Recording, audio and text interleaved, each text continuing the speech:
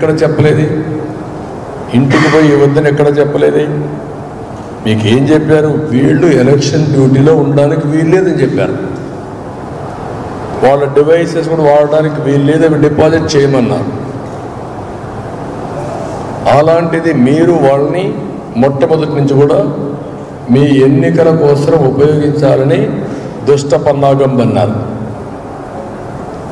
ఈరోజు ఎవరైనా మీటింగులకు రాకపోతేనే వాళ్ళని ఉపయోగించి బెనిఫిట్స్ కట్ చేసే పరిస్థితికి వచ్చారు, బెదిరించే పరిస్థితికి వచ్చారు. వీళ్ళు మా సైన్యం అని మీరే చెప్పే పరిస్థితి వచ్చారు. నిన్న కూడా ముఖ్యమంత్రి మొదటి సంతకం వాలంటీర్లు ఎవరైతే రాజీనామాలు చేస్తున్నారో వాళ్ళకు ఉద్యోగాలు ఇవ్వడానికి మొదటి సంతకం పెడతానని సిగ్గు లేకుండా చెప్పాడు. మేమేం అడిగాం? మీరు వాలంటీర్స్ని న్యూట్రల్గా ఉండండి, మీరు ప్రభుత్వ ధనాన్ని ఆందోళనిస్తున్నారు, మీ వ్యవస్థకు మేము వ్యతిరేకం కాదు, అయితే మీరు తటస్థంగా ఉన్నంత వరకు మేము మీకు కూడా సహకరిస్తాం, వ్యవస్థ కొనసాగిస్తాం. మీకు అవసరమైతే మీ క్యారియర్ కూడా బాగా చదువుకుని ఉన్నారు, మీలో మీకు ఇంకా ఎక్కువ ఆదాయం వచ్చేట్టుగా మీ క్యారియర్కి ఏం చేయాలో చేసే బాధ్యత మాదని నేను పదే పదే చెప్పాను.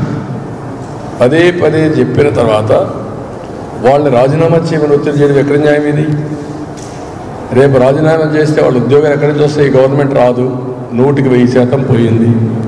ఇప్పుడు ఉద్యోగాలు రాజీనామా చేశారు, వాళ్ళ ఉద్యోగాలు వేరే కదా, వాళ్ళ ఉద్యోగాలకు కూడా మీరు రెసలు పెట్టారు కదా.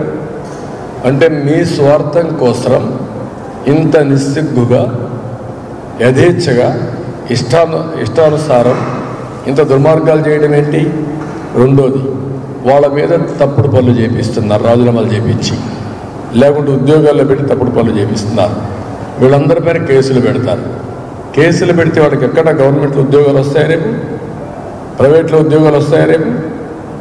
అంటే వాళ్ళ జీవితాలను నాశనం చేస్తున్నారు మీరు. మీ స్వార్థం కోసం, మీ స్వప్రయోజనాల కోసం, మీ గెలుపు కోసం వాళ్ళు బలపసు చేయడం ఎక్కడ న్యాయం ఉందా దీంట్లో? రెండోది, చాలా స్పష్టంగా 1,26,000 మంది పంచాయత్ సెక్రటరియట్లో ఎంప్లాయీస్ కొత్తగా రిక్రూట్ చేశారు. నేనున్నప్పుడు విలేజ్ అసిస్టెంట్ ఆఫీసర్స్ లేకుంటే వీళ్ళు ఉండేవాడు, అడ్మినిస్ట్రేటివ్ ఆఫీసర్ ఒక పంచాయతీ తరఫున, రెవెన్యూ తరఫున ఒక ఉండేవాడు.